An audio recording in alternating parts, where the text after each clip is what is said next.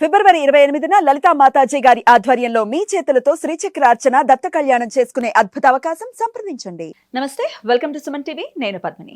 రేపటి పంచాంగాన్ని, రేపటి రోజుకున్నటువంటి వైశిష్ట్యాన్ని ఇప్పుడు చూద్దాం. రేపు 6వ తారీఖు ఫిబ్రవరి నెల 2026వ సంవత్సరం శుక్రవారం. శ్రీ విశ్వావసు నామ సంవత్సరం ఉత్తరాయణం శిశిర ఋతువు. రేపు మాఘమాస బహుళపక్ష పంచమి తిథి రాత్రి 1:18 వరకు, తదుపరి షష్ఠి తిథి.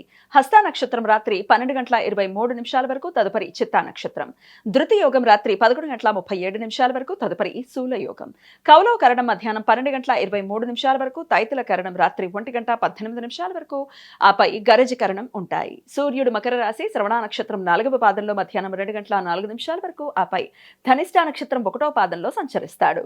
చంద్రుడు కన్యా రాశిలో సంచరిస్తాడు. నక్షత్ర వర్జం ఉదయం 7:51 నుండి 9:33 వరకు, అమృతకాలం సాయంత్రం 6:02 నుండి రాత్రి 7:44 వరకు. రేపు సూర్యోదయం ఉదయం 6:47 సూర్యాస్తమయం సాయంత్రం 6:14 చంద్రోదయం రాత్రి 10:16 చంద్రాస్తమయం ఉదయం 9:35 అభిజిత్ ముహూర్తం మధ్యాహ్నం 12:07 నుండి 12:53 వరకు. దుర్ముహూర్తం ఉదయం 9:04 నుండి 9:50 వరకు, మరలా మధ్యాహ్నం 12:53 నుండి 1:39 వరకు. రాహుకాలం ఉదయం 11:04 నుండి మధ్యాహ్నం 12:30 వరకు.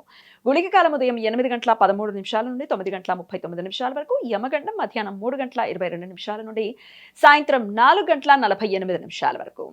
నిరయ నరవి ధనిష్ట నక్షత్రంలో రేపు మధ్యాహ్నం 2:04 ప్రవేశిస్తాడు. అప్పటి నుండి ధనిష్ట కార్తె ప్రారంభమవుతుంది.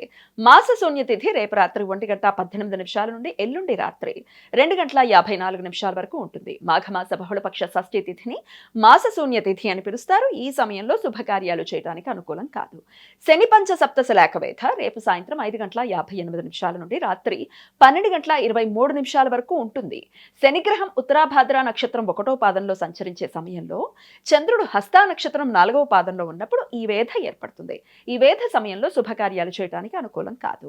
ఏకార్గళ దోషం రేపు రాత్రి 12:23 నుండి ఎల్లుండి రాత్రి 2:28 మధ్య కాలంలో ఏర్పడుతుంది. శూల గండ యోగాలు జరుగుతున్న సమయంలో రవి ధనిష్ట నక్షత్రంలోనూ చంద్రుడు చిత్తా నక్షత్రంలోనూ ఉన్నప్పుడు ఈ దోషం ఏర్పడుతుంది. ఈ దోష సమయంలో శుభకార్యాలు చేయడానికి అనుకూలం కాదు. ఈ సమాచారాన్ని మనకు అందించిన వారు మేడికొండూరు విశ్వనాథ్ ప్రసాద్ గారు. ఆయనకు కృతజ్ఞతను తెలియజేస్తూ నారాయణ స్మరణతో సమస్త సన్మంగళాని భవంతు. నమస్కారం.